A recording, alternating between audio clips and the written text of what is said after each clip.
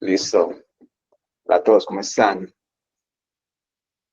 Pues bienvenidos a todos a esta primera sesión de este bootcamp.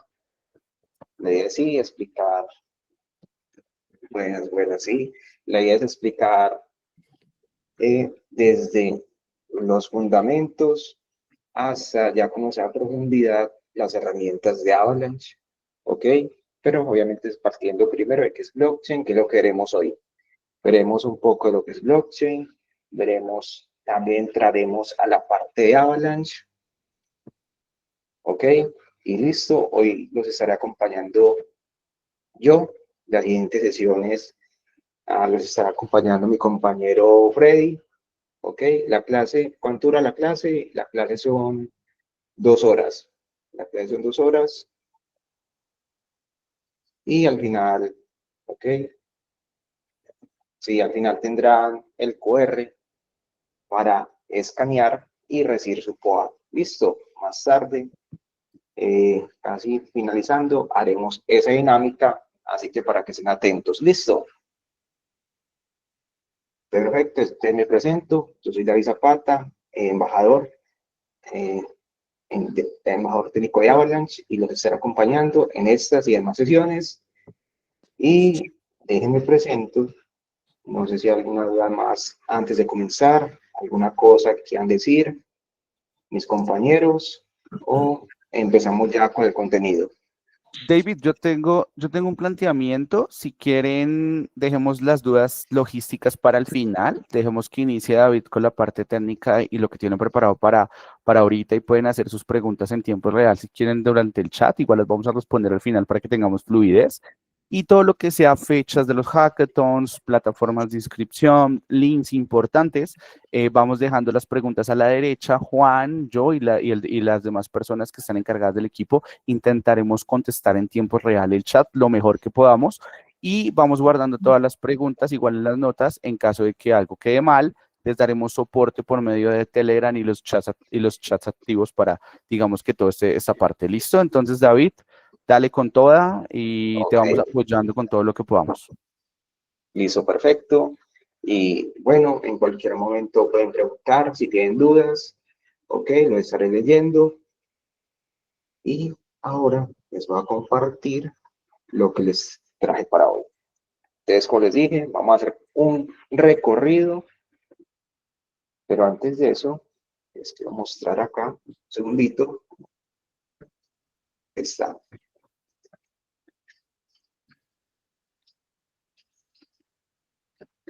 Listo, me confirman si ahí están viendo, está proyectando la pantalla.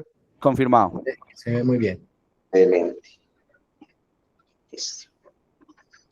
Vamos a empezar con una pregunta y es, ¿qué es blockchain?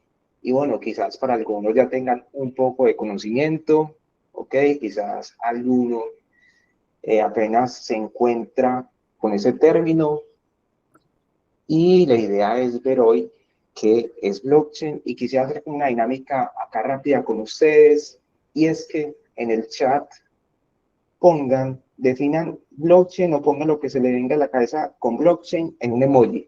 Un emoji de qué es lo primero que se le viene a la cabeza cuando escucha blockchain. ¿Qué emoji se les viene a la cabeza? ¿Ok? Un emoji de qué es lo primero que se le viene a la cabeza cuando escucha la palabra blockchain. A ver. Cadena. A ver, eso es. Tener bloques. Ahí ponen dinero, Bitcoin. Un cohete. Ajá. Interesante. Bien, bien, bien. El libro, muy buena esa. Uno con el candadito, con criptografía, perfecto. La cadena, excelente, excelente. Qué maravilla. Entonces, lo primero que quiero hacer es hablar de lo que no es blockchain. Ahí mencionaron que era Bitcoin. Y sí, Obviamente, Bitcoin se apoya de la tecnología blockchain, pero está como esta idea, por lo general, de que blockchain solo es Bitcoin, ¿ok? Entonces la idea, el día de hoy, es que veamos que blockchain es mucho más que eso. ¿Listo? Otra cosa, no sé si se acuerdan de estos miquitos, esas imágenes que en su tiempo llegan a valer millones y millones de dólares. Eso causó un boom impresionante en esa época, ¿cierto?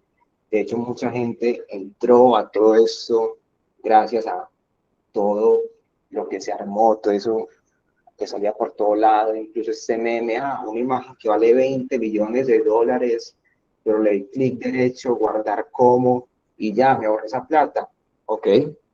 Más adelante entraremos a profundidad sobre los NFTs, pero lo mismo, esto es solo una cara de la moneda. ¿Listo?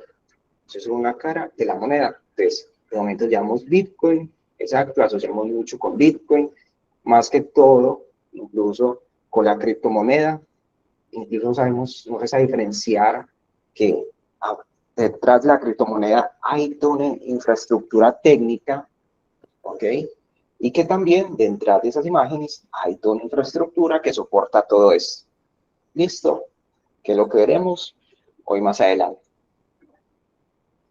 A lo típico, eso va muy ligado. Acá hemos visto hasta ahora dos cosas especulativas. En este caso, el Bitcoin como moneda y estos NFTs que eran más que todo especulativos. Y sí, por eso se asocia tanto el término de blockchain al trading. Pero sí, el trading no es que esté mal, pero como les digo, es solo una cara de la moneda. Hoy veremos ya qué es la parte técnica y qué es lo que soporta que, por ejemplo, esas cosas se puedan crear, ¿ok? Y también el tema, sobre todo acá que estamos en Latinoamérica, que sucede mucho el tema de las pirámides o de las estafas, de que se aprovechan de que sí, la tecnología es segura, pero también puedes hacer cosas maliciosas en ella, ¿ok? Una cosa no tiene que ver con la otra. Es estafas que se pega mucho de que la blockchain, la seguridad, pero de que montan esos sistemas que ya conocemos. Listo. Entonces, hoy mi misión es lo que eso repitiéndoles, ver el otro lado de la moneda. ¿Listo? Que sí, que ya conocemos el Bitcoin, los NFTs, el trading, las criptomonedas, más del lado de la moneda y no del lado del cripto. O la idea es entrar del lado de eso, de lo que respalda todo esto.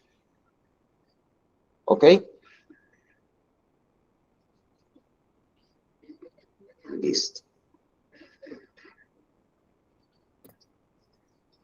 Entonces, antes de pasar a definir qué es el cripto y todo esto, es importante saber esto, y es que desde los inicios de la civilización siempre hemos tratado de resolver estos dos problemas, y es cómo logramos transferir información valiosa de manera segura y cómo podemos confiar sin depender de un tercero.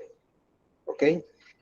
Entonces, para responder esas preguntas, los invito a que hagamos un viaje en el tiempo. ¿Listo?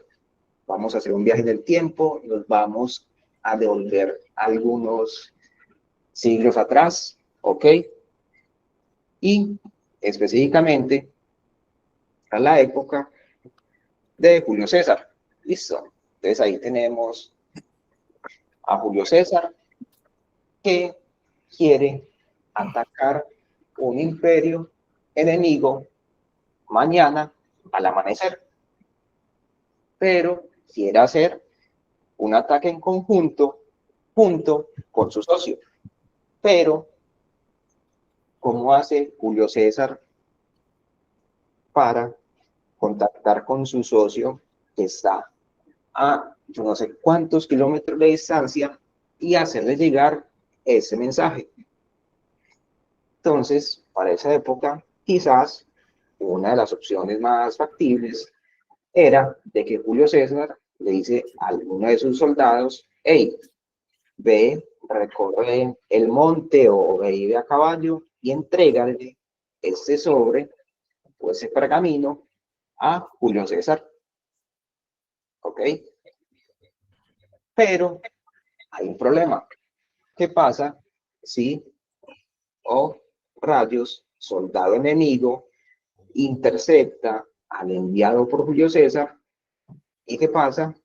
Pues sí, adiós al soldado de Julio César y el mensaje es captado por el soldado enemigo. Entonces, ¿qué pasa? Se frustra el ataque. ¿Listo? Entonces, frente a esto, me hace esa pregunta de, hey, ¿cómo hacemos para que transmitir esa información sea segura? Así haya alguien que pueda acceder a la información que está siendo transmitida.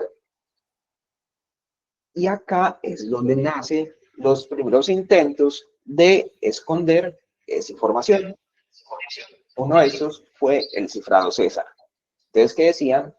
Hey, tenemos como este disco, como este artefacto, que miren que son como dos discos que tienen como el abecedario, miren. Entonces, ¿cómo funcionaba esto? Que lo que tú hacías es como girar una X cantidad de veces a la izquierda o a la derecha. Entonces, todas las letras se desplazaban esa cantidad de veces. Entonces, por ejemplo, yo quería cifrar o esconder el texto casa. Si yo lo giraba 2 veces, acá vemos el ejemplo, casa, que estoy girando 2 veces a ver, ¿dónde está? Acá, 2 veces a la derecha, que yo digo que la C ya se convierte en E. La C se mueve 2 posiciones a la derecha, igual con cada letra. La A, miren, se convierte en C. Acá vemos. La S se convierte en U y la A se convierte en C. Entonces, ¿qué hacíamos? Desplazábamos a la derecha o a la izquierda el abecedario una X cantidad de veces. ¿Ok? En este caso, giraba 2 veces el anillo, se cifraba 2 veces a la derecha. Entonces, ¿cómo hacía para descifrarlo? Simplemente yo tenía que saber el número de veces que se giró para cifrarlo y girarlo al lado contrario. ¿Okay? Entonces, si acá, por ejemplo, la E la giramos las 2 veces a la izquierda, tenemos la C, con la C tenemos la A y vamos formando otra vez el texto original que era casa. Ese fue el primer intento y los invito a que hagamos un descifrado. Entonces, bueno, los invito a ver si sí quedó claro este método y que miremos qué significa ese texto, cuál fue el texto original. Entonces yo acá lo que hice es que cifré un texto X veces a la derecha. Entonces para descifrarlo, toca girarlo, o sea, toca ir a la izquierda en este caso, X veces. Entonces hagamos el ejemplo con el número 1, que es la E. Entonces veamos si con el 1 es, entonces, voy uno a la izquierda, D, ¿ok? Voy uno a la izquierda en Z, Y, de Y. No tiene sentido, o sea, no forma una palabra coherente. Intentemos con 2. A ver, C, X, tampoco. Entonces, la idea es que ustedes traten de encontrar cuál fue el número que se usó. ¿Cuántas veces a la izquierda tengo que mover el abecedario para encontrar un texto coherente? A ver, ¿quién es el primero que logra adivinarlo, acertarlo. Estoy acá pendiente, a ver. Exacto, exacto, exacto. Ahí la cogieron de una. Perfecto, exacto. El era 4 veces a la izquierda. Entonces miren que la E se desplaza 4 veces, forma la A. La Z se desplaza 4 veces, forma la B. La E ya sabemos que la A. Y así hasta formar la palabra avalanche. ¿Listo? Perfecto. Entonces, ese fue el primer intento por esconder esa información, lo que se conoce como los cifrados de sustitución. ¿Ok? Cambiar una palabra, una letra por otra, en este caso. ¿Listo? Entonces, ya el soldado que enviaba a Julio César nos llevaba el mensaje de, hey, atacamos al amanecer. Se enviaba, era el texto cifrado. Entonces, siendo interceptado por un enemigo, pues sí, que pesar por el soldado, pero lo que iba en el pergamino, el mensaje, no podía ser descifrado. La única manera de poder descifrarlo era tener ese número. El número de cuántas veces se giró. ¿Ok? Entonces, finalmente el mensaje era enviado donde el socio de Julio César y ya, obviamente, ya el soldado no tenía que decirle solamente, no tenía que entregarle solamente el pergamino, sino que le tenía que decir, hey, se cifró girándolo 3, 5 veces para que el socio pudiera descifrarlo. ¿Ok? Así funcionaba ese primer sistema. Luego, obviamente con el tiempo, como que descifraron ya los soldados enemigos, como que dijeron, ese es un patrón, entonces ya podemos tirarlo. Porque me queda muy sencillo, porque ¿cuántas posibilidades hay? 24. ¿Ok? Entonces llegó un punto en el que ya conocían cómo hacerlo y girándolo hasta 24 veces en una daba. Entonces se volvió muy fácil ya descifrar esto y dijeron, hey, creemos nuevos intentos, como este, que es muy similar, mire que es el mismo sistema, pero con 2 alfabetos diferentes. ¿Ok? Luego, cosas más raras como esta, que es medio pareció una sopa de letras, pero con cifrados raros, ¿ok? Y más intentos, hasta que llegamos a la Segunda Guerra Mundial. Acá, para interceptar una comunicación, teníamos esta época la radio, el telégrafo. Para interceptar, solo tenías que sintonizar la señal correcta y ya. Entonces, como en esa Segunda Guerra Mundial, donde habían aliados entre varios países y comunicación entre largas distancias, ¿cómo asegurar que no fuera interceptada por el enemigo? Entonces salió los alemanes con esta máquina, la reconocida máquina Enigma. ¿Qué tenía esta máquina? Sí, ahí parece una máquina de escribir común y corriente, inofensiva, pero ha tenido unos mecanismos especiales donde tú, apretando una letra, una tecla, te cambiaba esa letra que apretaste por una completamente diferente. Entonces, vos querías ingresar el texto terrestre, te convertía cada letra en algo distinto. ¿Ok? Entonces, esto funcionó por bastante tiempo en ese momento, y fue muy útil para los alemanes lograr conseguir ese sistema de comunicación segura. Entonces, como que los demás dijeron, hey, estamos en desventaja, ¿qué hacemos? Pero, como funcionaba esa caja, es que en esos circuitos de acá, eso en realidad funcionaba con una configuración previa. Entonces, tú tenías que tener la máquina con la que escribías, esta, y la máquina con la que revisaba la información, con la que recibías el mensaje, con la misma configuración. Eso era con unos discos. Entonces tenías que tener como esos discos alineados, configurados de la misma manera. Entonces teníamos casi la misma situación que con el ejemplo que vimos al principio, con el cifrado César, de que de alguna manera debe haber una persona o otra forma de comunicar la configuración de los discos, ¿ok? Para que tanto el que está escribiendo como el que está recibiendo el mensaje estén sintonizados. Seguimos dependiendo de un tercero. Pero bueno, llegó el tan conocido Alan Turing y inventó lo que sería una de las primeras computadoras. ¿Por qué? Porque él dijo, acá no podemos hacer como el cifrado César, que ya se podía hacer a mano en esa época, porque eran muy pocas opciones. Allí eran miles y miles de combinaciones con los discos. Entonces él dijo, eso es humanamente imposible, creemos un sistema automatizado. Y fue esto, que se conoce como una de las primeras computadoras, que de manera automatizada lograba ya procesar entre varias opciones y lograr descifrar el mensaje cuando se daba con algo que tenía sentido. ¿Listo?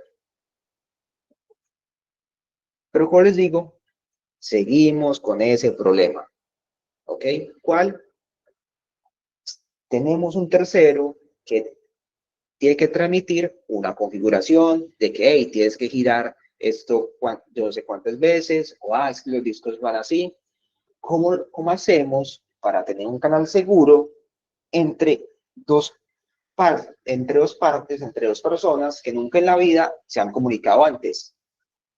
¿Cómo quitamos eso de ese tercero o de esa cosa extra que se tiene que compartir? ¿Ok? Y eso fue algo que se estuvo investigando por mucho tiempo, ¿cierto? Decían, hey, ¿cómo lo logramos? Que haya ese secreto que no debe ser compartido, que no sea necesario. Y nace el algoritmo RSA, ¿ok? Es una solución que permite que dos personas puedan enviarse informaciones entre sí. Entonces, por ejemplo, tenemos a Alice que le quiere enviar un mensaje de feliz cumpleaños a Bob, pero como Bob tiene novia y es celosa, Alice quiere cifrar el mensaje para no poner a Bob en problemas. ¿Listo? Entonces, ¿cómo hace Alice para lograr esto? Entonces, en el algoritmo RSA, lo que pasa es que cada persona tiene su propia llave pública y su propia llave privada. Entonces, ¿cómo funciona? Es que ya no hay un secreto compartido, sino que cada uno tiene su secreto. Tiene su llave privada, que es la que guarda, la que protege, la que él usa después para ver la información que tiene, y la llave pública, que es la que compartes para que te envíen cosas, ¿ok? O para que la gente se comunique contigo. Podríamos hacer la analogía con que la llave privada es como una contraseña con la que demuestras que eres tú, con la que accedes a lo que te ha llegado, mientras la llave pública es como si fuera tu correo, que es el que compartes para que te escriban, para que te lleguen mensajes y así. ¿Listo? Entonces, aquí, si Alice quiere enviarle el mensaje a Bob, solo necesita tener la clave pública de Bob. Pero como la clave pública es pública, no hay problema de que alguien malicioso la tenga o de que se haga pública en cualquier lado. Se puede compartir sin problema. Entonces Alice tiene la clave pública de Bob y lo que hace es, le quiero enviar el mensaje de feliz cumpleaños. ¿Qué hago? Cifro este texto usando la clave pública de Bob. Cuando cifro el texto, se ve algo como esto. Bueno, en realidad es como 50 veces más largo que esto. ¿Ok? Por acá lo resumí para que encajara ahí. Entonces, cuando yo cifro, cuando Alice cifra con la clave pública de Bob, cuando Bob acceda con su clave privada, va a poder ver lo que significaba ese mensaje. O sea que Bob va a ver esto. Y si alguien externo intenta ver, que le va a salir esto, que no va a saber qué es. ¿Ok? Ya que esto lo conocemos como unidireccional. O sea, no es posible de esto llegar al mensaje original. ¿Ok? Quedan mediante cifrados. Listo. Entonces, si, por ejemplo, la novia de Bob dice, hey, Bob está como medio raro, voy a contratar un hacker para que revise cuál fue ese mensaje extraño que le llegó. Entonces el hacker, así siendo el hacker más hacker, si intenta desencriptar ese mensaje así como está, no lo va a lograr. Si es que no tiene la clave privada de Bob. La única manera de ese hacker bien hacker desencriptar o descifrar ese mensaje es cambiando el objetivo. Ya el objetivo no sería el mensaje, sino que ya sería la clave privada de Bob. Ya con la clave privada de Bob y accediendo, desencriptando ese mensaje, ya puede ver el contenido original de ese mensaje. O sea, feliz cumpleaños, Bob. Listo. Yo, ¿quedó claro hasta ahí? ¿Alguna pregunta de lo que tienen? Ah, sí, desde ahora no comentamos la infidelidad, ¿ok? Eso es un ejemplo. Siempre se usan las dos claves.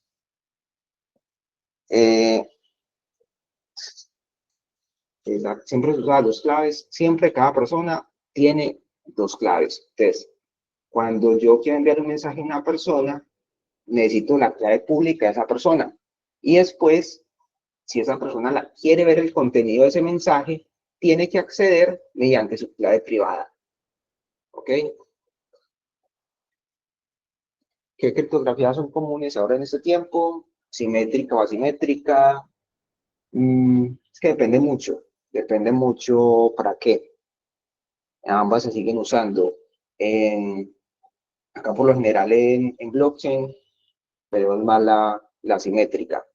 Listo. Ahorita la veremos. Listo. Ven hasta ahí, perfecto.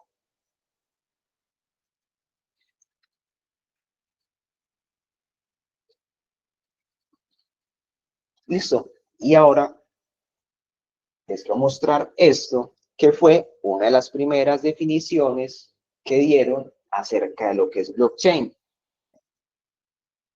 Entonces estaba ese señor, estaba como en algo de la universidad y propuso este texto definiendo lo que sería blockchain por primera vez, sistemas informáticos establecidos, mantenidos y confiables por grupos mutuamente sospechosos.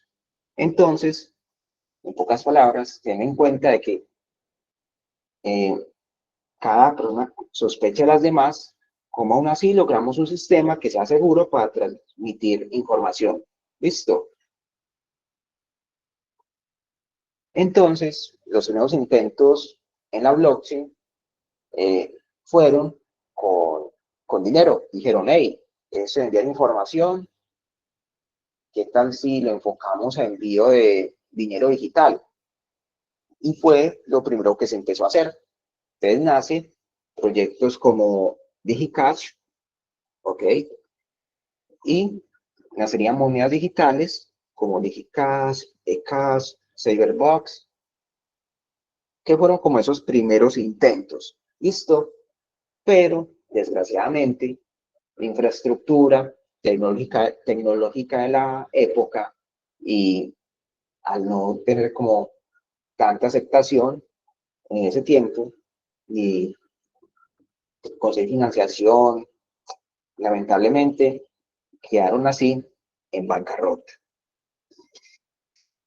Y bueno, afortunadamente, años después, todo el trabajo que se hizo previamente fue recopilado por el que conoceremos como Satoshi Nakamoto, que es como se hace llamar a la persona o grupos de personas que se dicen que crearon a Bitcoin.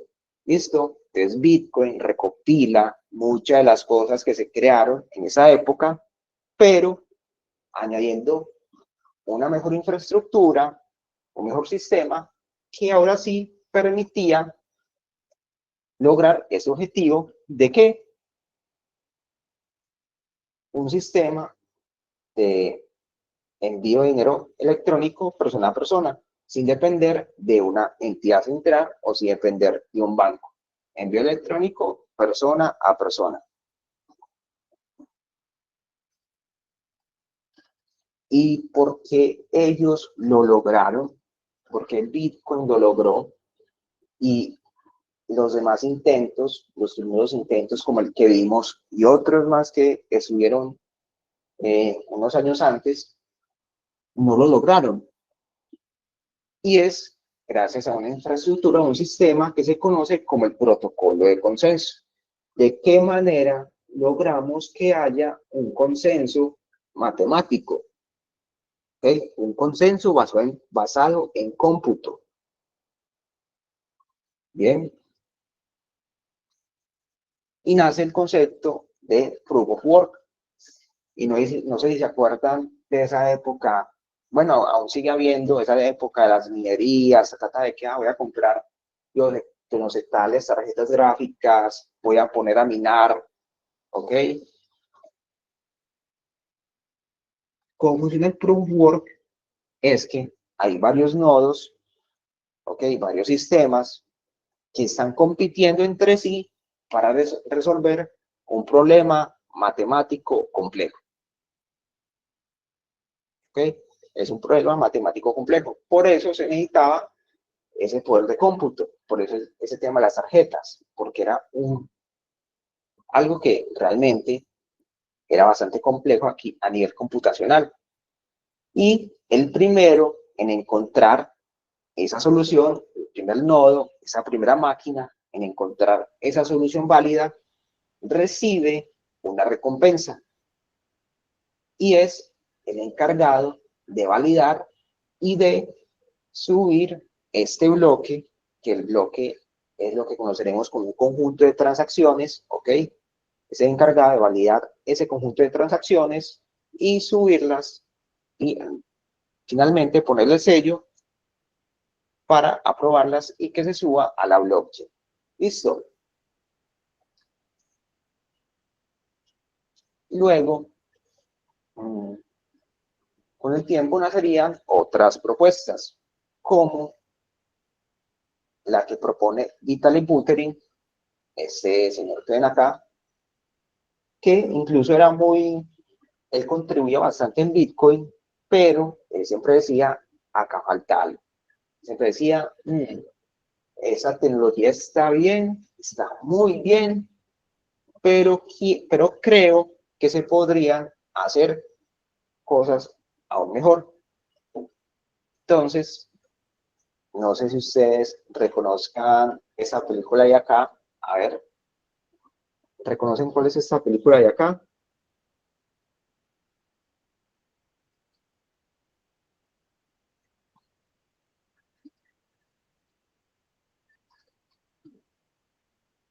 Exacto, exacto.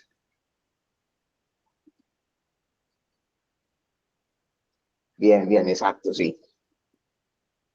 Entonces, en esta escena, ustedes ya habían hecho como ese recorrido por toda la fábrica, ¿cierto? Cada fábrica de chocolate, y llegaron a un punto donde donde ya Willy Wonka mostraba un artefacto poderoso, ¿para qué?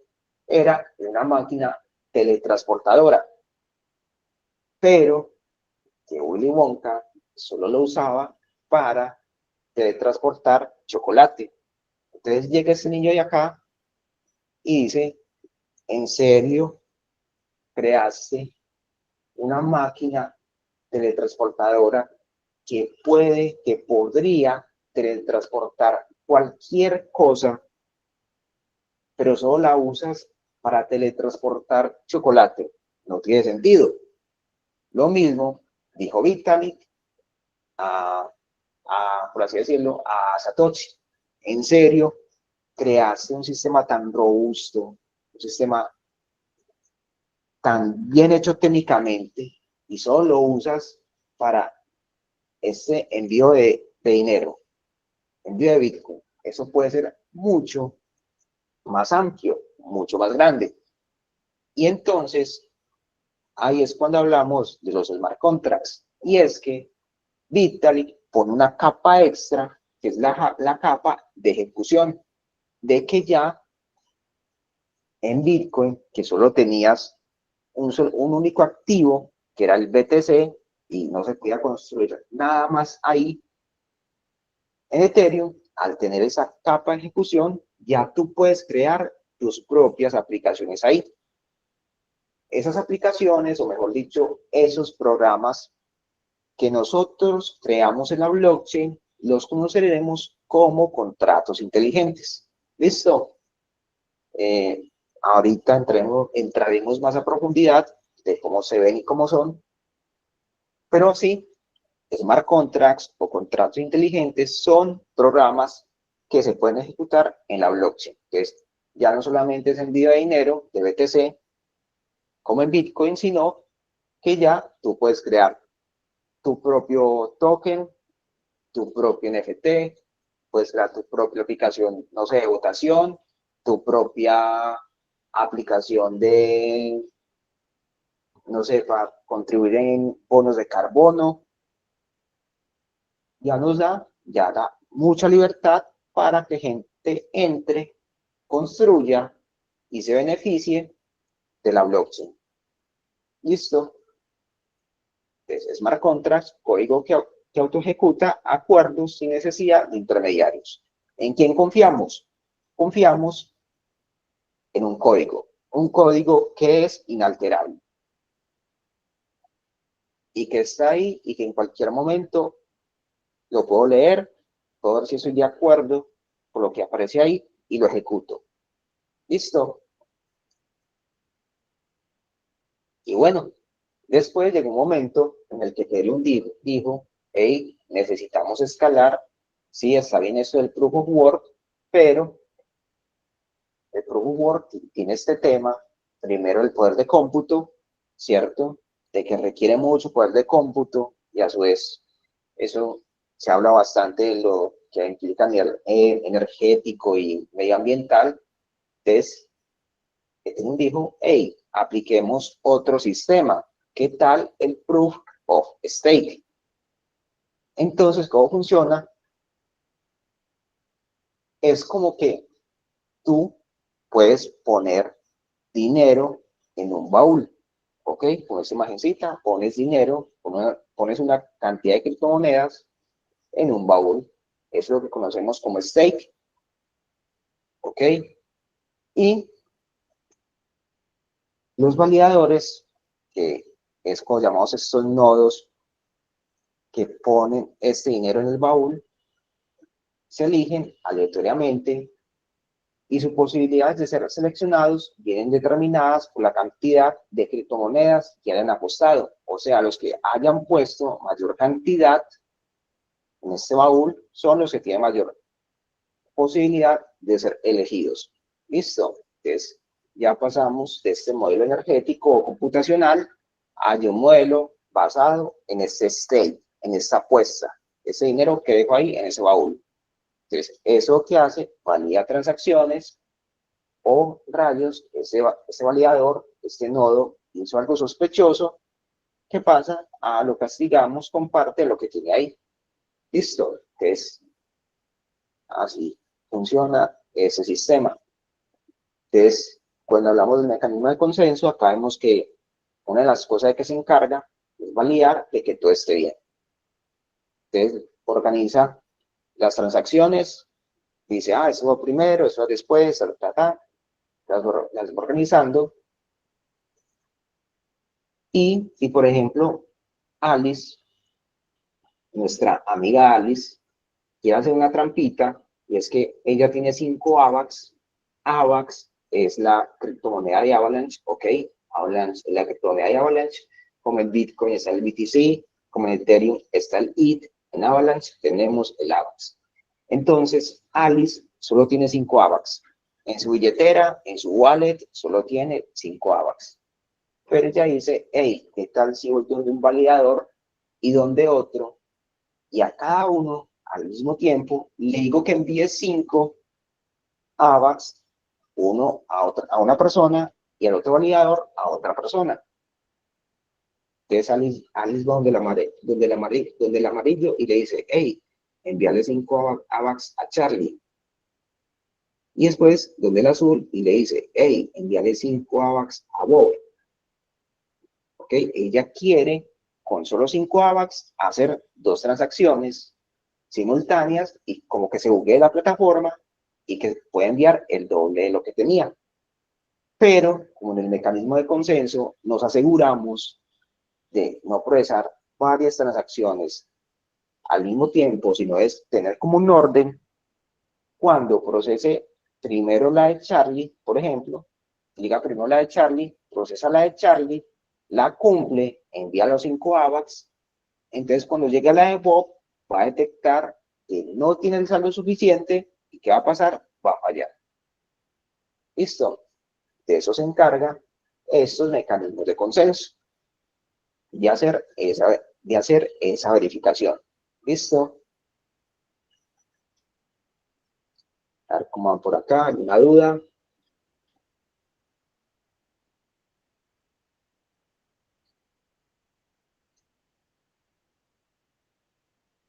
Se cobra el gas fee dependiendo de la red. Sí, ahorita veremos a profundidad todo este tema del gas fee. Esto bien hasta ahora, entendido. Ya tenemos acá, partimos desde Bitcoin. Bitcoin, sí, muy bien, pero se limita a un solo activo. Y no puedes construir en él. En Ethereum ya también tiene su propio activo, que es el ETH, pero también cualquier persona puede crear o desplegar sus propios activos o su propio token, su propio NFT o su propio programa de votación, de identidad, de etiquetería dentro de esa blockchain. ¿Listo? Eso es lo poderoso que tenemos con la propuesta de Ethereum, que es lo que conoceremos como la EVM, la máquina virtual de Ethereum. ¿Ok? Ahorita entremos más a profundidad sobre eso. ¿Listo? Y bueno, tenemos varios tipos de blockchain. Tenemos el sistema actual, que es el sistema tradicional de una sola base de datos, donde todas las partes acuden a él. Entonces, claro, entró alguien nuevo a la empresa, un programador que en la hoja de vida decía que no, que era el mejor programador de la época, entró el primer día, quería borrar una columna, no sé, en Postgres y borró la base de datos entera. ¿Qué pasó si no tenía respaldo? Porque el respaldo, el último fue hace 2 semanas. Baila. Pero con sistemas como estos, la información se distribuye en cada nodo. ¿Okay? Entonces, cada nodo, cada aparato, guarda esa información. Entonces, ¿qué pasa si mañana este aparato de acá se destruye? ¿Ok?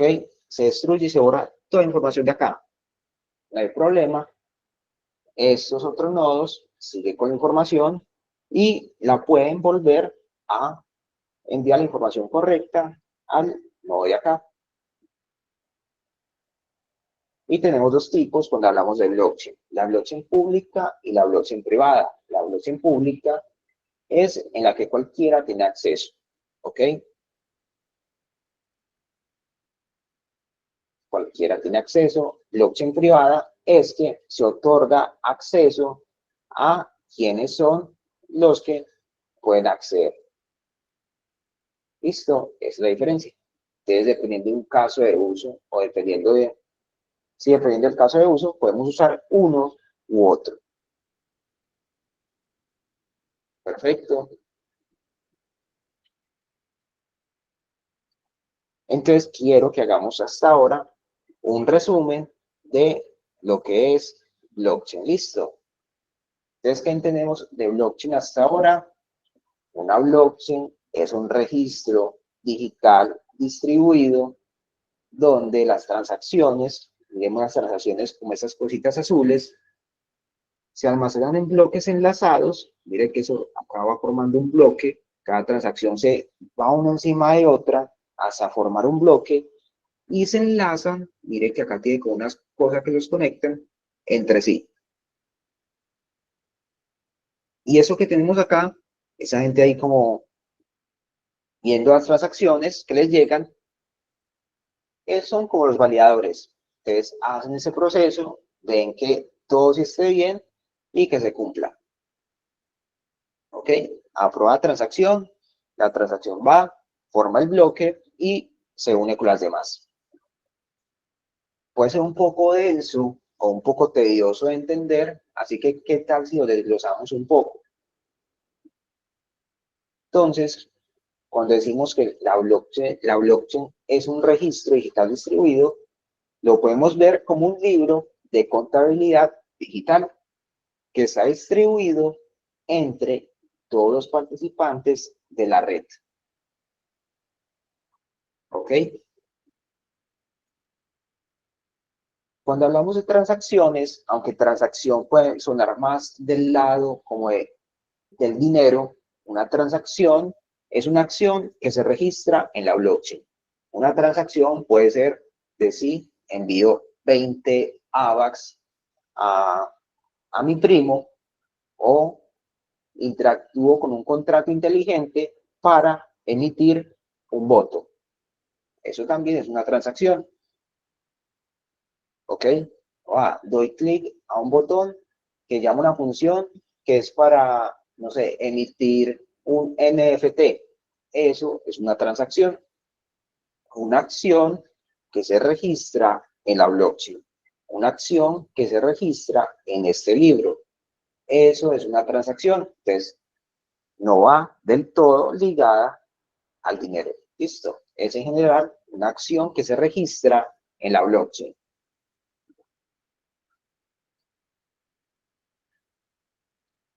Y cada bloque está protegido mediante técnicas criptográficas y contiene un enlace al bloque anterior. Eso también es muy interesante.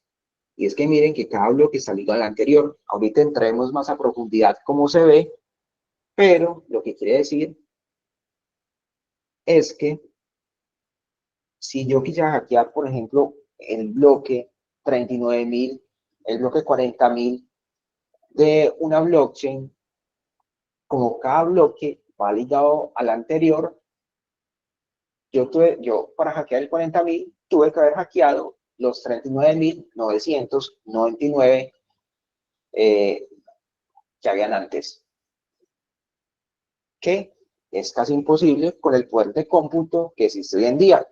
Entonces, si yo quiero hackear, me saldría mucho más caro hackear que la recompensa que podría obtener. ¿Listo? Entonces, ahí es. Por eso es que con eso, ese tema del enlazamiento de bloques, blockchain, cadena de bloques, eso significa, cuando decimos que da seguridad, de que como está enlazado, si yo quiero hackear el 40.000, tuve que haber hackeado los 39.999 anteriores. ¿Listo? Entonces, ¿qué tenemos? La blockchain es un libro digital compartido entre muchas personas donde se guardan transacciones. Esas transacciones se agrupan en bloques que están conectados entre sí de manera segura. ¿Listo? ¿Les quedó claro esa explicación? Perfecto. ¿Se entiende? Excelente. A ver, se podría ligar de alguna forma con la lógica del P2P. No entiendo bien tu pregunta, ¿a qué te refieres? ¿Se podría ligar de alguna forma con la lógica del P2P? Pues que eso permite el P2P prácticamente, interacciones persona a persona. Listo.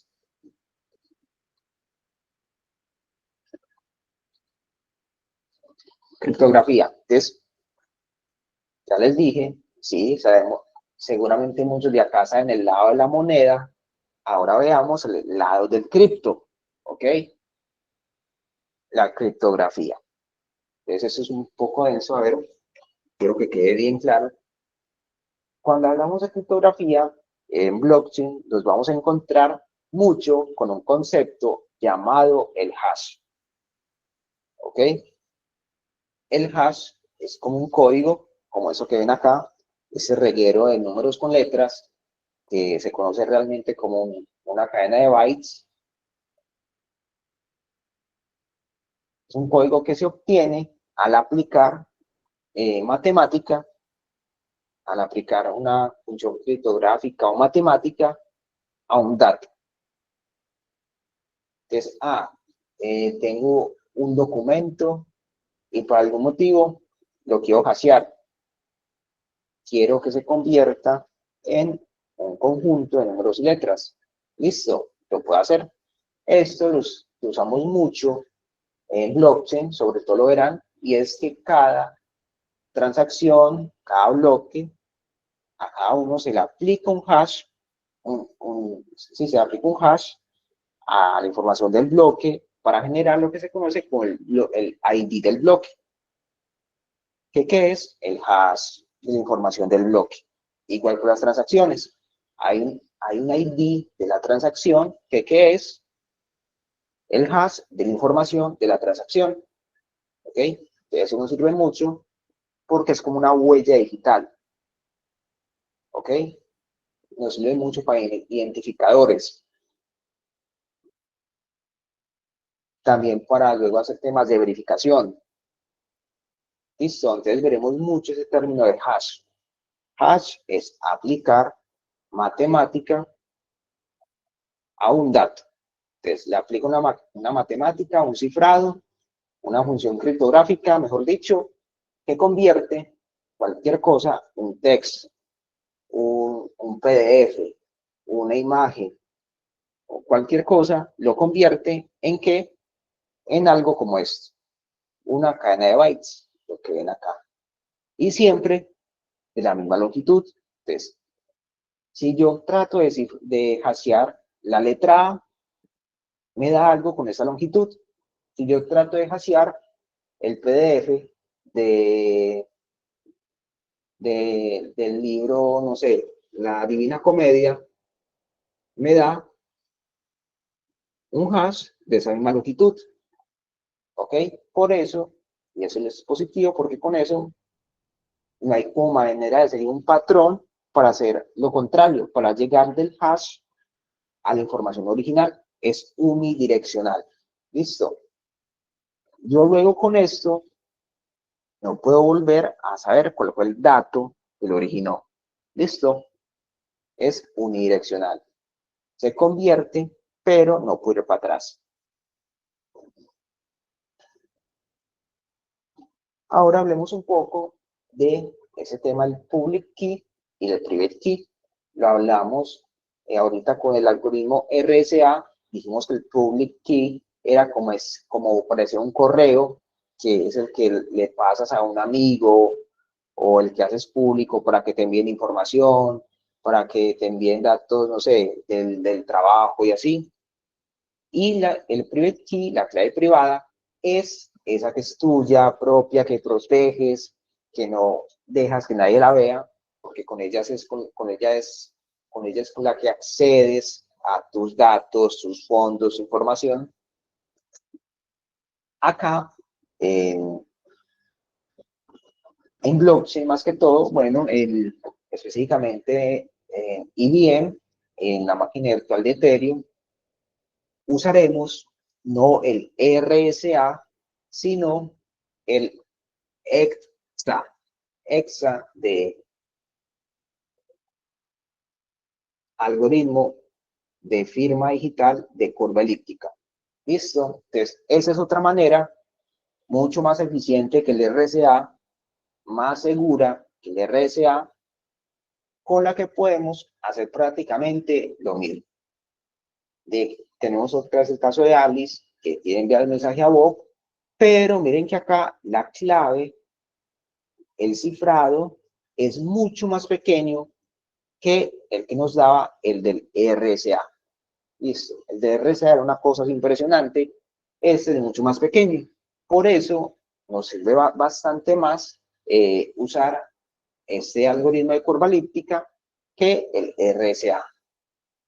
Listo, pero funciona exactamente igual.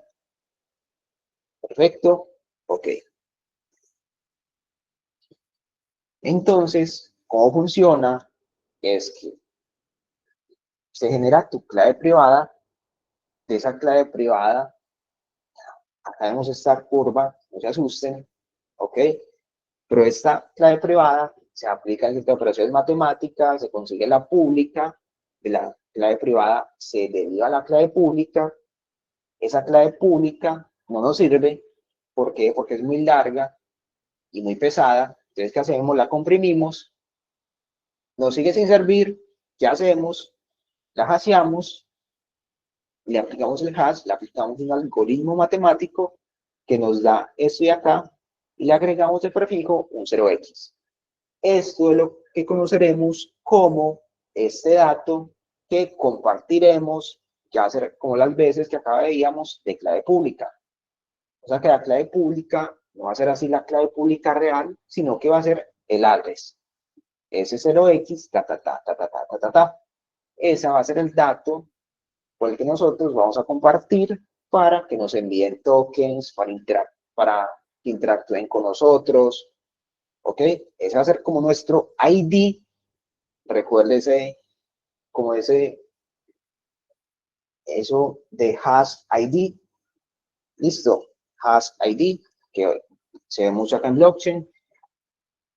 El address es nuestro ID, nuestra forma de identificarnos en la blockchain. ¿Listo? Ese es nuestro address y eso es lo que necesitamos para interactuar en el ecosistema. Una llave privada y que mediante ese proceso nos genera nuestro address. Pero ustedes dirán, hey, pero entonces, ¿qué pasa si yo un día, no sé, estoy sin nada que hacer, una noche, me pongo a generar claves privadas a lo loco? Digo, voy a crear, no sé, 50.000 claves privadas, a ver si logro generar una que ya exista y que tenga fondos. ¿Ok? Y digo, ¿qué hacker soy? ¿Qué idiota? Idea millonaria. Pues no, eso no es tan así, porque el número de llaves privadas diferentes que se pueden crear es este. ¿Ves ese número que hay ahí? Ese es el número de posibilidades. El número de combinaciones posibles de llaves privadas que existen. O sea, yo creo que es más probable que te ganes la lotería, te parte un rayo y te orine un perro el mismo día a descifrar, a generar dos claves privadas iguales. Es que mire, es absurdo este número de acá.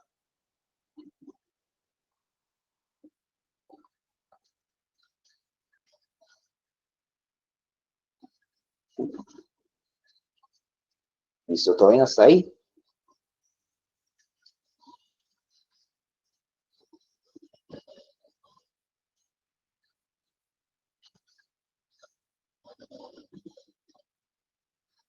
Exacto.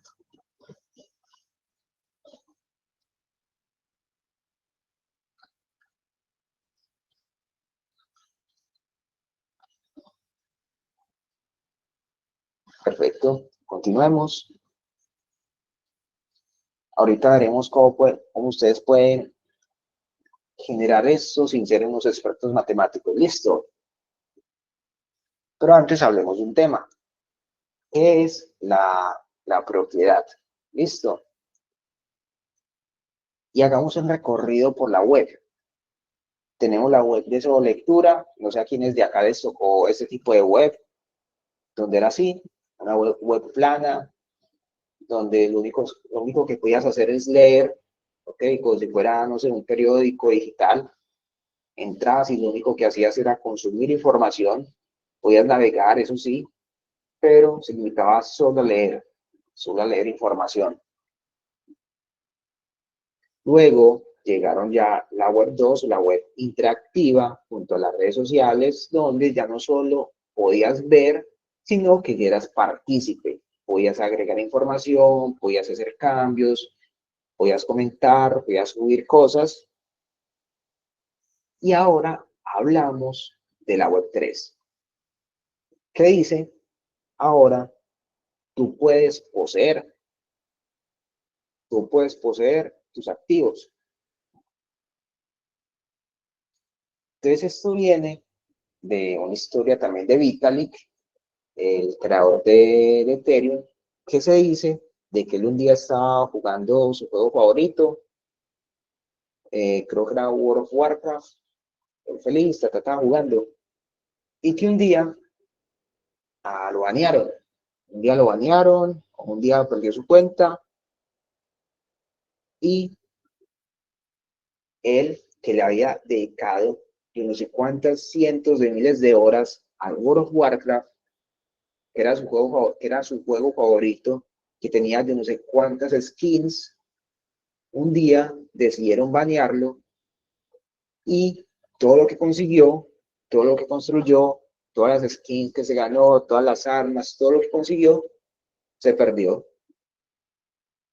Entonces, por eso, en la web 3, que también es como otra manera de conocer la blockchain, otro término, la web 3, hablamos bastante de la propiedad, de que tú seas propietario de manera verificable de tus activos. Por eso este tema de los NFTs, de que tú realmente eres propietario y tienes una manera de demostrarlo. Igual con los tokens, las cripto, ¿ok? Igual con infinidad de cosas que ya veremos un poco más adelante. Acá hablamos de Web3, de que ya tú puedes poseer. Ya no solo eres partícipe, sino que posees. Está distribuida la información, no está en una sola entidad, sino que tú puedes poseer. En este caso, con el ejemplo de los juegos, no es que los juegos estén en la base de datos de la compañía, sino de que ya tú eres propietario de ese activo, de esa skin que te ganaste. Que es un token, de momento entendamos token como criptomoneda. Listo, de momento. Después, cuando vayamos más adelante, haremos la diferenciación. Token es una criptomoneda. Listo, una criptomoneda, pero en este caso, yo la creo mediante un contrato inteligente.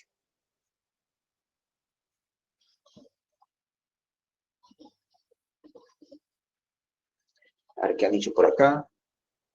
La computación cuántica es una amenaza para las criptomonedas en cuanto a las claves y la seguridad. Buena pregunta.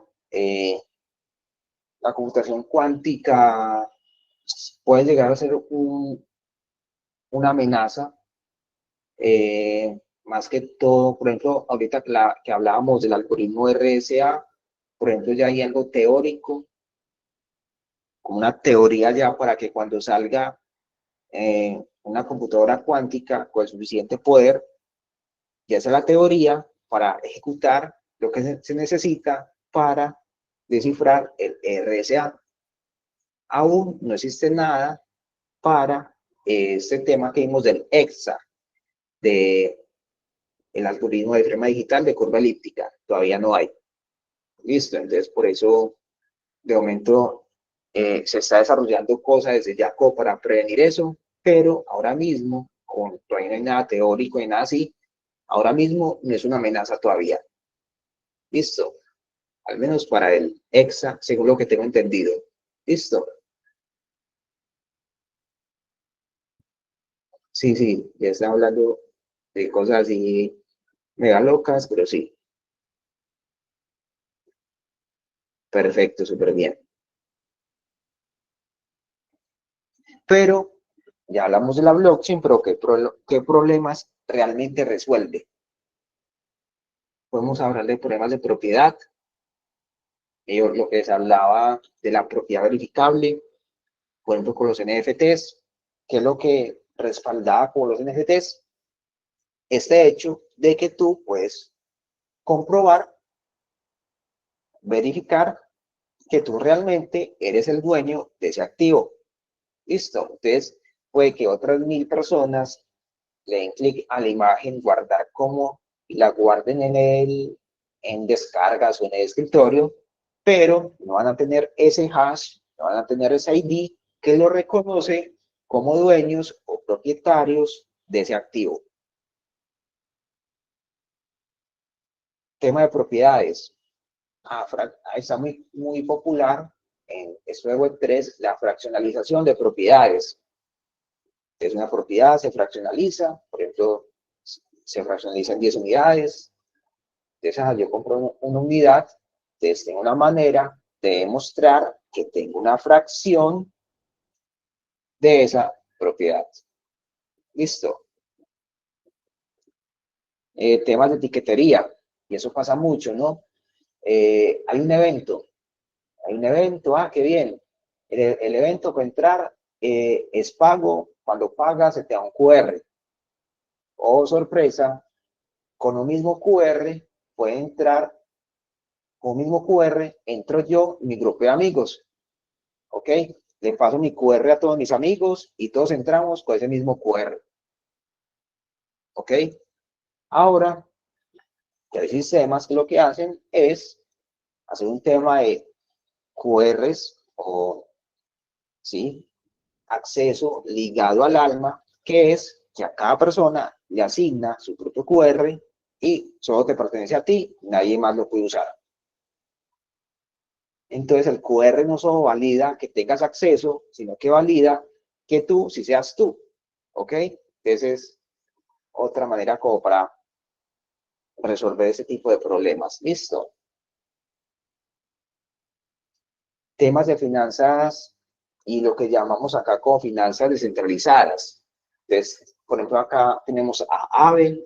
Aave es un protocolo de préstamos muy interesante. Entonces, cómo funciona es que hay varios participantes. Entonces, no es como que Aave, la compañía, es el que pone el dinero que tú puedes solicitar prestado, sino que hay una gente que dice, hey, yo tengo una plata, ¿qué tal si la pongo ahí? Ya que no la estoy usando, la pongo ahí en un baúl y que si otro la necesita, me diga, un préstamo, que deje otra criptomoneda de colateral y tome el dinero prestado de ahí. Y así voy como recogiendo dinero, me va llegando como con recompensas y además cuando el usuario pague, va a recibir ese dinero de vuelta. Si no paga, me quedo con el colateral, Listo. Acá creo que, no sé si alguien levantó la mano o que escuché.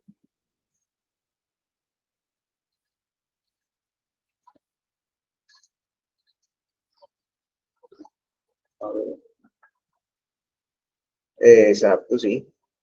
Perfecto. Y temas como Uniswap, que lo que permite es decir, ¿cómo cambio mi criptomoneda por otra? Tengo AVAX y lo quiero cambiar por, no sé, por David Coin.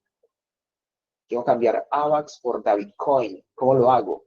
Voy a esta casa de cambios donde lo mismo, no es que Uniswap ponga la plata a ellos, sino que hay personas que dicen, hey, quiero poner a rendir mi plata. No la estoy usando, la quiero poner a rendir, ganar recompensas mientras no hago nada. Pongo esa plata lo mismo en una bóveda, en una piscina, y ya la plata que yo ponga ahí, varias personas pueden intercambiar esos tokens, esas criptomonedas. Entonces la persona que quiere poner a rendir su plata, deja una cantidad en David Coin o otra cantidad en AVAX, y ya la gente que quiere intercambiar, la plata de donde sale, de la que se puso en esa piscina. Entonces, a eso nos referimos con esos sistemas descentralizados, donde no es Uniswap, no es Aave el que pone ese dinero, sino que son los mismos participantes, los mismos usuarios. ¿Ok? Lo que conocemos como P2P. Listo. Persona a persona, sin alguien ahí, ningún tercero ahí que esté interfiriendo. Trazabilidad. Es ahí varias cosas interesantes. Por ejemplo, acá, para comida, entonces, el seguimiento desde que se plantó, no sé, una hortaliza, hasta que se le hizo todo el proceso, se sacó, se preparó, se subió al camión, del camión fue al supermercado, y te recuerda la trazabilidad de que fue todo eso que pasó desde el origen hasta que llega al consumidor final. Mira, sí, es de tanta pureza, pasó por ese proceso, es amigable con el medio ambiente, listo. O que la misma empresa diga, hey, estamos teniendo un problema en tal paso operativo, ¿cómo lo podemos mejorar? O se está viendo afectada, no sé, la pureza del tal producto. El café no está saliendo como con tanta pureza, está saliendo, no sé, muy amargo. Y todo eso mediante la trazabilidad, y así como tener el registro transparente e inmutable de todo. ¿Listo? Identidad digital, y eso ha ligado, perdón, eso ha ligado a que nosotros en esta época ya nos acostumbramos a no tener privacidad, ¿cierto? Compartiendo información que no deberíamos compartir. Entonces, la identidad digital llega de una manera de que tú eres dueño de tu identidad y tú decides que son los datos que compartes. Entonces, hay ejemplos muy interesantes de cosas que están funcionando hoy en día. Lo que hizo que sea más avanzado es Estonia, con ese tema de las tarjetas digitales de identidad. Y otros temas como, por ejemplo, acá tenemos algunas de que se han implementado en esta zona, ¿cierto? Y varios ejemplos de cómo tener una identidad digital, pero que realmente nosotros controlemos nuestra identidad. ¿Listo? Cómo compartir datos de manera, nuestros datos, nuestra identidad. Voy a ir a una fiesta y quiero comprobar que tengo más de 18 años. ¿Cómo lo hago? Sin mostrar de más información. ¿Listo?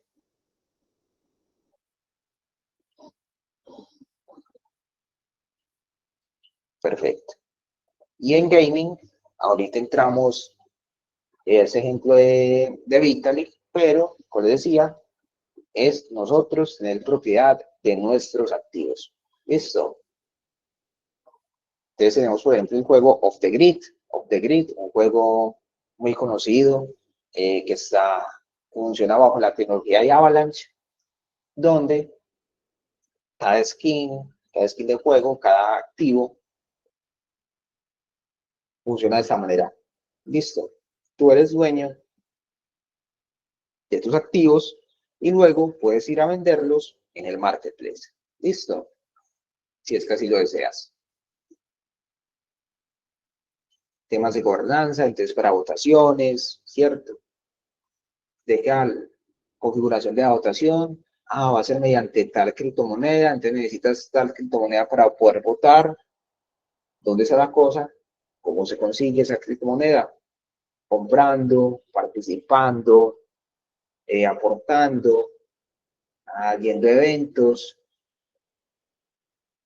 Entonces se puede establecer sistemas de gobernanza con ciertas reglas. ¿Listo? Ahora, ¿cómo interactuamos con todo esto sin ser expertos matemáticos? Sin tener que sacar una gráfica, trazar una curva elíptica y hacer una multiplicación escalar. ¿Cómo lo hacemos? Afortunadamente, existen herramientas como son las wallets, que nos facilitan muchísimo este proceso. ¿Ok? Una de ellas es Core. Core es la wallet que vamos a estar utilizando, que la necesitaremos sobre todo para mañana, que ya empecemos a crear nuestros contratos inteligentes. ¿Listo? Entonces, les recomiendo, acá está el QR para que lo escaneen, vayan, la descarguen, la necesitaremos para mañana, ¿ok? Para hoy también creo que la necesitaremos para la dinámica al final con, ¿qué vamos a hacer? Entonces, bueno, les doy tiempo para que la descarguen Core. Entonces, ¿esto qué va a hacer?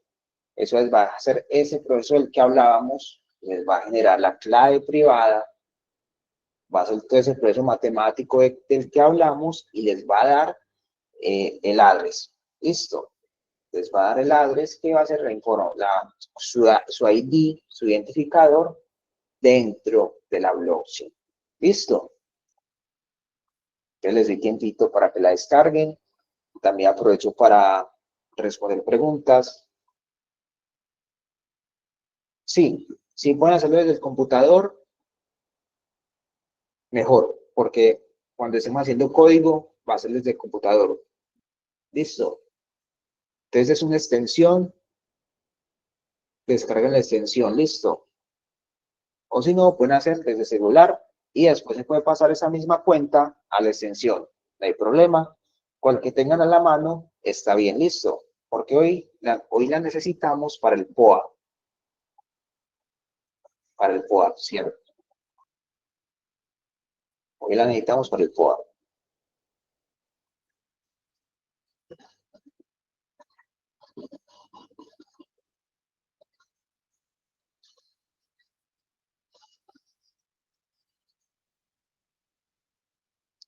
Sí, descargan esta que está acá, en la de Core, escanea el QR y pueden descargar la wallet de Core, le da varias opciones, le da la de App Store, Play Store o la extensión. Si pueden la extensión, súper bien. Si lo que tienen a la mano es el celular, pueden hacerlo con el celular y ya después la pasan a la extensión. Si algo mañana lo vemos. Pero importante que la tengamos hoy para el POA. Listo, no se pueden ir sin el POA. ¿Ok? Ahora, ¿qué más dicen por acá? De descarga Core con la extensión. Verán que les va a pedir si quieren crearla más fácil ingresando con el correo, si quieren ingresar con Twitter, si no estoy mal, o con un montón de opciones, o esta es la opción manual, que es la que recomendaría, que lo que hace es que le genera unas 24 palabras. Esas 24 palabras son el acceso a su wallet. ¿Listo? Entonces, esas 24 palabras toca cuidarlas súper bien. Listo, si la hacen la opción manual, esas 24 palabras la deben cuidar con la vida. Entonces, ¿qué deben hacer? Anotarlas en un papelito, no sé, cifrarlas, o las anoto en un papelito y cambio la séptima por la 18. Listo, por si algún día descubren mi papel con todo anotado, tener como esa trampita.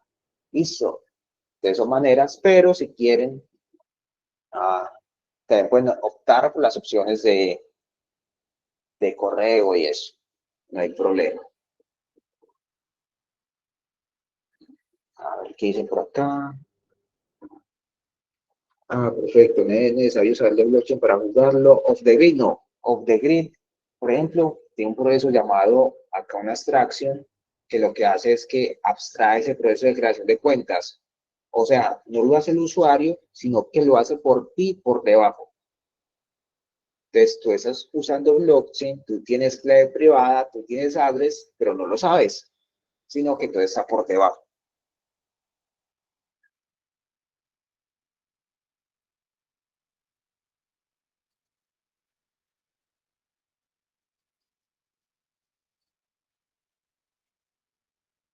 porque obviamente si sabes cómo funciona el blockchain, el juego, vas a tener como más, te vas a saber mover mejor, ¿no? Y vas a poder hacer más fácil los beneficios. Listo. Yo uso Brave y me pide interactuar con la wallet de Brave. Muy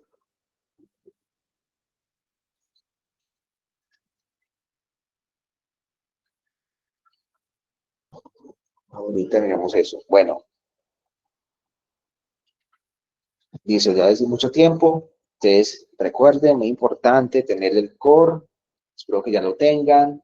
Entonces, eso les va a dar, como les dije, les va a generar ese proceso de hacer esa matemática y ya sea que se hayan registrado usando el correo o registrado usando la manera manual, les va a generar a todos el address. El address creo que aparece cuando ya crearon todo, en la parte superior, en medio. Le aparece 0x, le dan copiar y listo. Si no estoy mal, está así. O no sé si lo cambiaron en la última actualización. Ahorita nos fijamos. Pero bueno, ya tenemos nuestra wallet. Listo, nuestra wallet, nuestro address, que es lo que vamos a necesitar, lo que vamos a usar para la dinámica con el POA.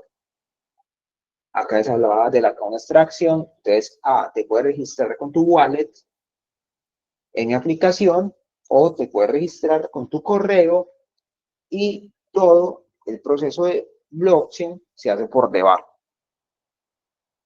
Eso es lo que conocemos como account abstraction. Ya no es necesario que tú sepas que es una wallet, que es una clave privada, que es el EXA para interactuar, sino que simplemente usas tu correo, se te hace todo por debajo. Llamo rápido eso de la transacción. Entonces, ¿qué pasa cuando yo hago una transacción? Alguien realiza una operación en la blockchain, una transacción, esa transacción se envía a una red de pares que es la que está formada por los nodos. Los nodos, como vimos, verifican esa transacción, hacen esas validaciones, la persona sí es quien dice hacer, no está intentando hacer doble gasto, como intentó hacer Alice. Cuando se verifica esa transacción, se junta con otras para formar un bloque. Después ese bloque se encadena con el anterior y tenemos la blockchain, la cadena de bloques. ¿Listo? ¿Y cómo se ve un bloque? Se ve algo como es. Tenemos cada bloque individual. Cada bloque trae esa información. El hash actual, o sea, como decíamos, el hash es este ID que se genera pasando toda la información del bloque. Cuando eso lo hasheamos, obtenemos su ID. También cada bloque tiene el hash anterior, pero, por ejemplo, el hash 0, el bloque 0, perdón, ¿cuál es su hash? 0, porque no hay un bloque anterior. Pero miren que el bloque 1, ¿cuál es el hash anterior del bloque 1? El hash del bloque 0. Este es la cadena. Esto es la cadena. El timestamp es la hora exacta en la que se creó el bloque.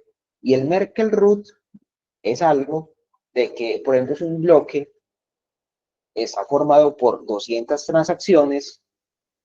Pongámosle que cada transacción, a almacenarla, cueste 1000 bytes. ¿Ok? Guardar una transacción cuesta 1000 bytes. Entonces, si yo guardo 200 transacciones, son 200.000 bytes. Entonces, ¿qué tal si lo que hacemos es crear un resumen? Crear un hash resumen que me resuma todas las transacciones y que pese solo 1000 bytes. Entonces, me ahorro toda esa cantidad mandando un solo dato, que es el resumen de todas las transacciones. ¿Que cómo se hace? Acá tenemos un ejemplo, tenemos 4 transacciones. Yo lo que hago es hashear cada una. Entonces tengo el hash del A, el hash del B, el hash del C, el hash del D. y voy hasheando entre pares.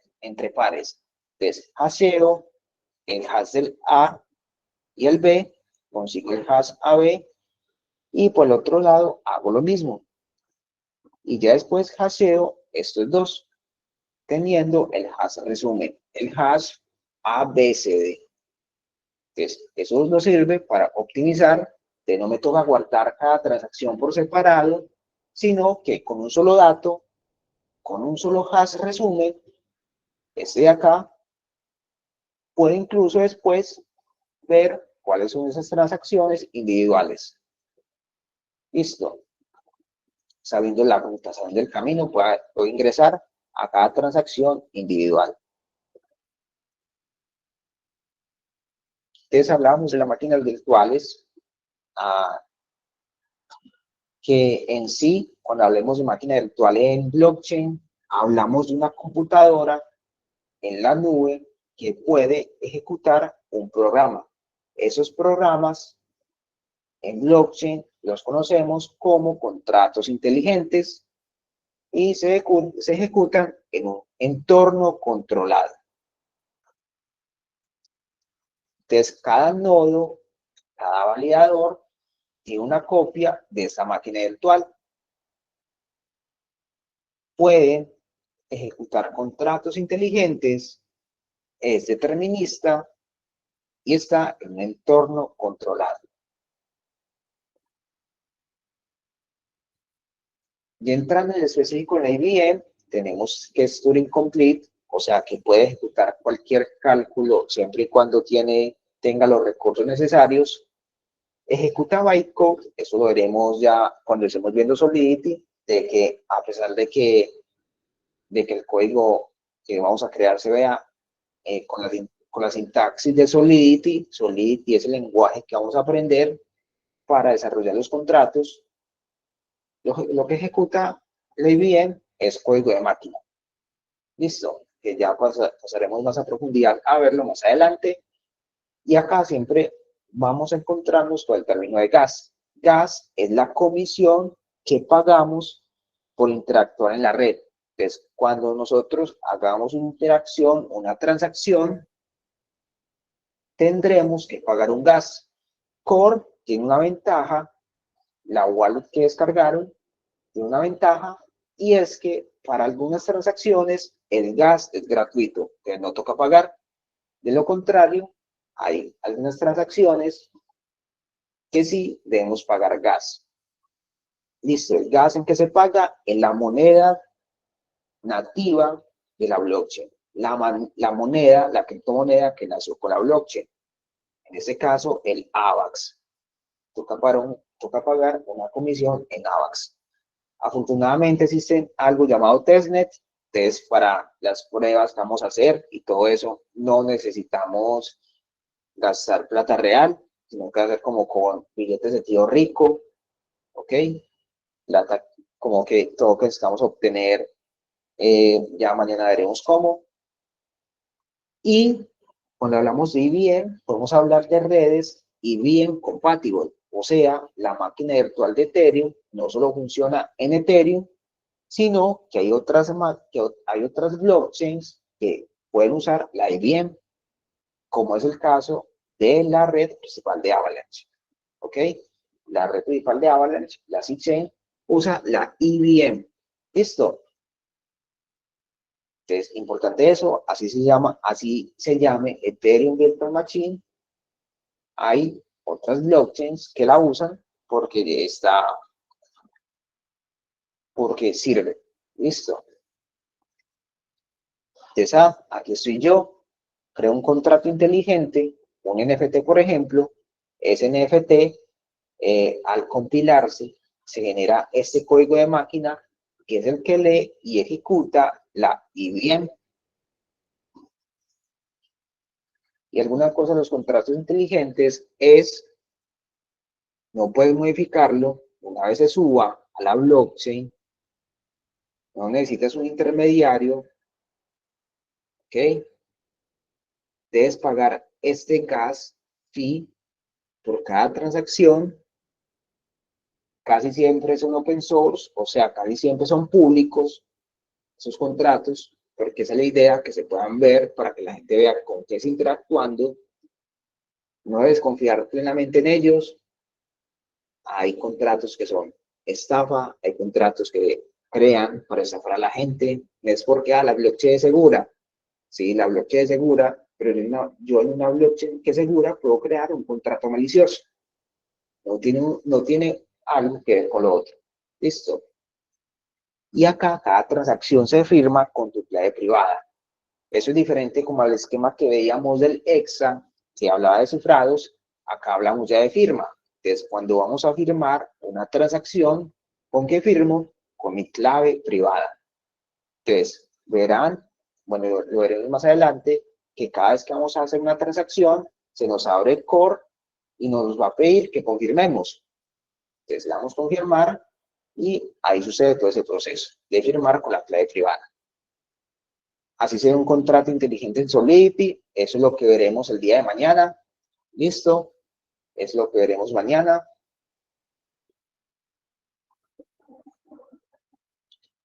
A ver qué han dicho por acá.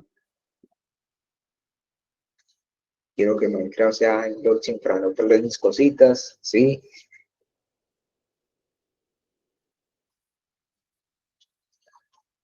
¿La hora de quién? Creo que eso es cuando estaba mostrando lo del bloque. La hora exacta en la que se creó el bloque. El timestamp. Timestamp, hora exacta en la que se creó el bloque.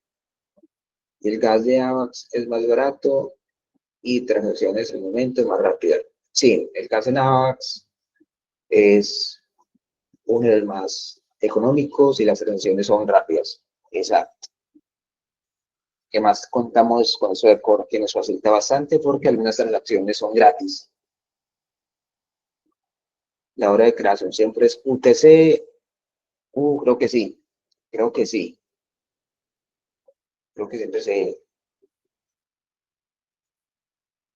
ve en UTC.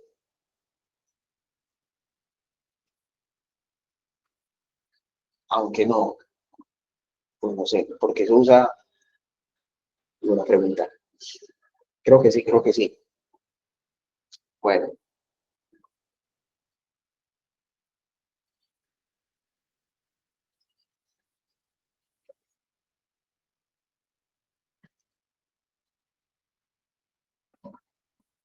el gas. El gas, esa comisión que nace para nosotros pagar por cada transacción, surge por dos motivos. El primero es como prevenimos que haya muchas transacciones y se colapse la red, que llegue no sé, alguien que es un día así, no sé, cansado, diga, ¿qué hago hoy? Voy a intentar ejecutar una función de un contrato inteligente 50.000 veces para que la blockchain se sobrecargue. Obviamente no creemos eso, por eso existe el gas. Si una persona quiere hacer eso, que les acabo de decir, lo puede hacer, ¿cuánto le va a costar? Ni me imagino. ¿Ok?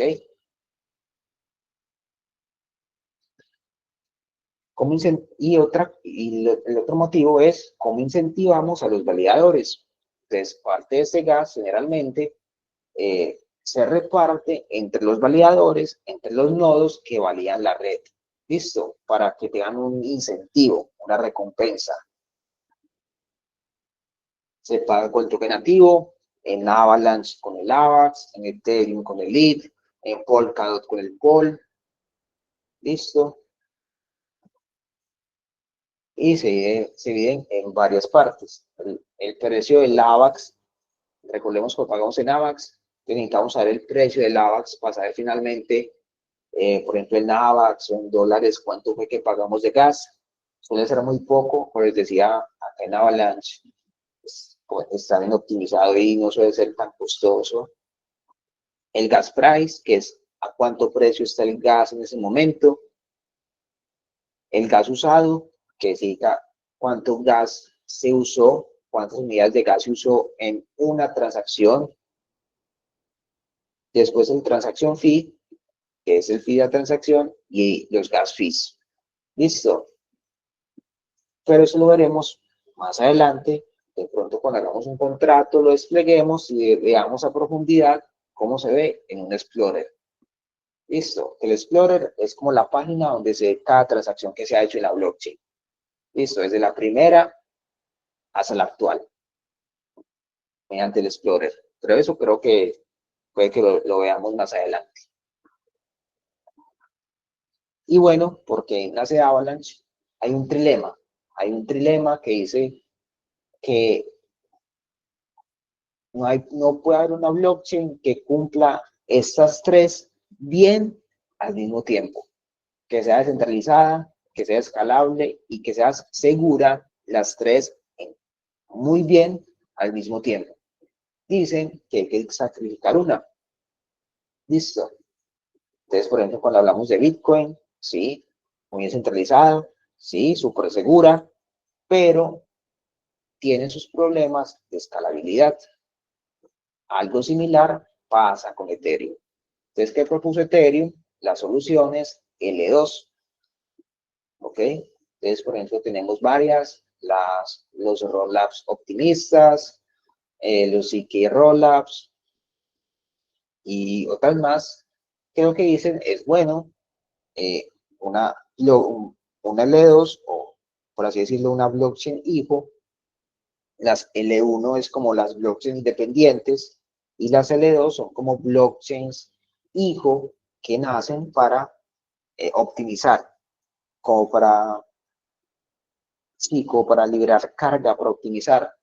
Entonces crean esas blockchain hijo como Base, Optimism, Sora, Arbitrum y otras más, o esas CK, para procesar ahí la información de una manera más eficiente. Y en la L1, en este caso Ethereum, pasan la confirmación del proceso que se hizo. ¿Ok? Así es más o menos cómo funciona.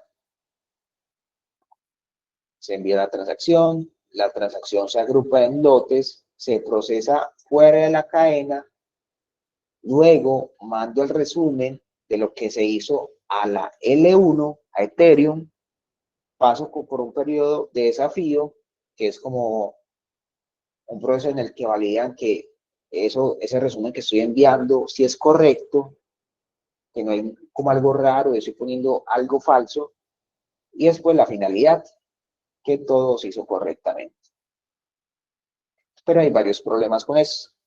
El primero es la finalidad, el tiempo de finalidad, y es que muchas veces, más que todo por ese periodo de desafío, el tiempo de finalidad se alarga bastante en varias de estas L2, en varias de estas blockchains hijo, y que depende de la L1. Entonces, si la L1 algún día es hackeada, tiene un problema de seguridad, las L2 lo heredan, ¿ok? Las L1 dependen sí o sí de la L2.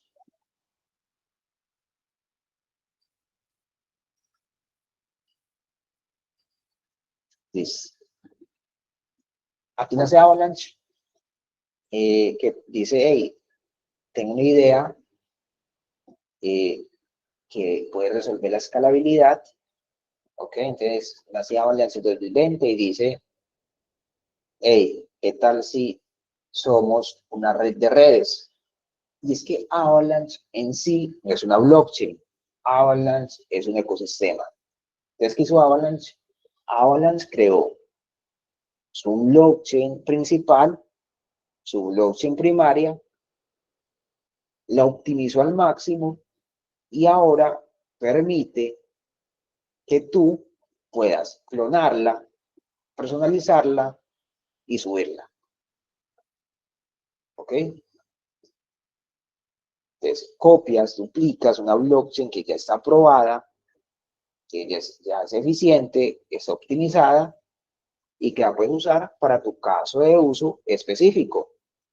¿Ok? ¿Y cómo logró Avalanche esa escalabilidad? Cuando hablamos de escalabilidad, hablamos de que así haya muchas transacciones, lograr que el rendimiento no sea tan afectado. Listo. En temas de costos y velocidad y seguridad. Como en la alta demanda, que es lo que suele suceder en una alta demanda, se satura la red, hay altos costos, los tiempos de espera suben. Entonces Avalanche dijo, bueno, tenemos dos maneras de escalar. Una es vertical, que es convierto mi blockchain en una super blockchain, y otra es permito que se pueda clonar. ¿Qué hizo Avalanche? Ambas. Entonces tengo una blockchain súper eficiente, súper optimizada, y permito que se pueda clonar. Permito que se creen más vías.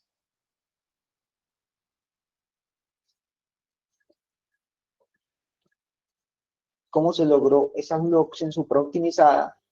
Mejorando lo que conocemos el protocolo de consenso. Listo. Se tiene un protocolo de consenso llamado el consenso Avalanche, ¿ok? Que acá vemos algunas características. Es muy similar al Proof of Stake, pero con algunas características. Entonces eso funciona como si fuera una especie de chisme. Entonces Alice va preguntando como un chisme. Esas tres personas de rojo le dicen sí, eso sí pasó. Esas de azul le dicen no, eso no pasó. Ah, bien, pero Alice dice, hey, qué raro, ustedes me dijeron que sí, ellos me dijeron que no. Voy a preguntar de nuevo, a ver si sí fue cierto. Cada vez que pregunta, la mayoría siempre va a convencer al resto de los validadores de que algo sí sucedió. Entonces funciona como un chisme de que los que más el chisme del lado del que esté más la versión X, la versión X está más fuerte que la Y, la versión X se va a ir expandiendo y los que tenían la versión Y va a ir cambiando de opinión hacia la versión X. Listo, hasta que quedan así. Entonces ya Alice ya termina con ese grupo y va con el grupo de la familia, el grupo de los amigos y el grupo de los vecinos y se llega a un consenso.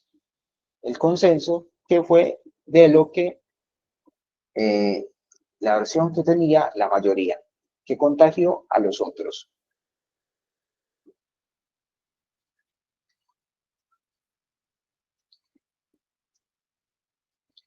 Así más o menos vemos cómo se ve este universo de Avalanche. Podemos ver acá la red principal y a su alrededor todas esas L1s que se han creado. Entonces por acá vemos la del juego de Off the Grid, acá vemos la de FIFA, que FIFA tiene FIFA Collect, que es ese tema de coleccionables. Es una L1 que es en Avalanche, muy interesante. Tenemos varios videojuegos, temas de bancos y demás instituciones que han creado su propia L1. Tenemos algunas de ellas.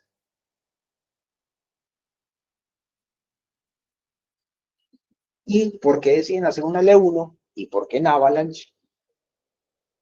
Por la independencia de los costos. Entonces, si algún día la red principal se satura, ese día sacaron un NFT que todo el mundo estaba esperando en la red principal de Avalanche,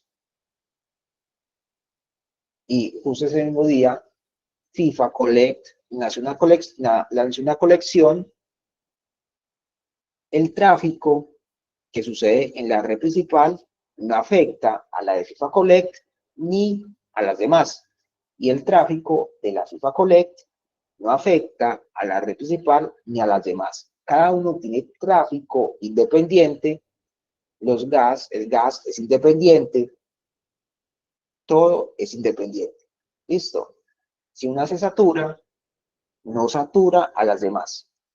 Entonces, esto es algo impresionante porque si un proyecto va a tener muchas transacciones por segundo, como por ejemplo los juegos, que tienen miles de transacciones por segundo, no les conviene entrar a una blockchain pública como la red principal de Avalanche. ¿Por qué? Porque se van afectados si algún día se satura la red por otro proyecto que hizo algo. ¿Qué les conviene? Duplico esa blockchain eficiente y que va a tener tráfico solo de lo que yo hago. Eso es lo que vemos acá. Además de que la puedo personalizar. qué lenguaje quiero que se use para crear los contratos inteligentes, qué máquina virtual quiero, qué token quiero que sea el gas, quiénes quiero que validen mi blockchain.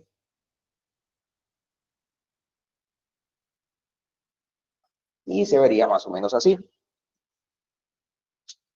En la capa de Smart Contracts, si quiero que sea con Solidity, con Move, con Rust, la capa de ejecución, qué máquina virtual se usar, la IBM, Move, Wasm, y el consenso, ahí ya sí estamos hablando del consenso de Avalanche. Pero miren que eso es lo que nos beneficia a Avalanche.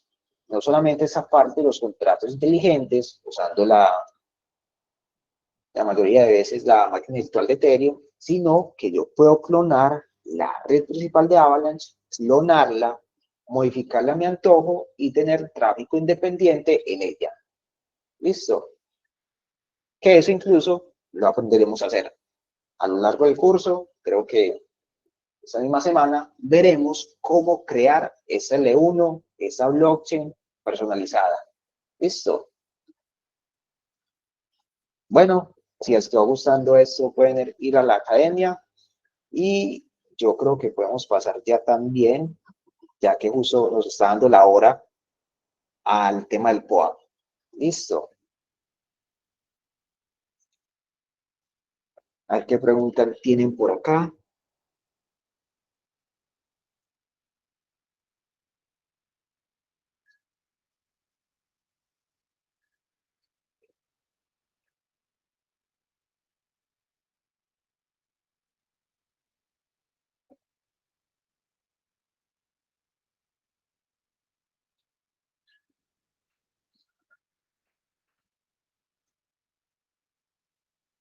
¿Podríamos crear nuestra propia L1? ¿Cuál sería el costo? Sí, eso lo veremos en una próxima sesión. Cuando terminemos de ver el tema de contratos inteligentes, ya entraremos a ver ese tema, cómo crear la L1, cuáles serían como esos costos, cómo se crean los nodos, okay, que también es importante. Y sí, ya entraremos a profundidad en otra siguiente lección. Sí, con la Avalanche 9000 es mucho más económico crear la L1.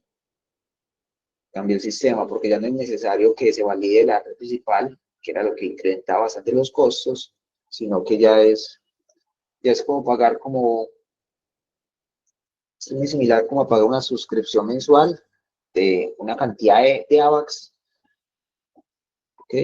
Y eso te permite como estar validando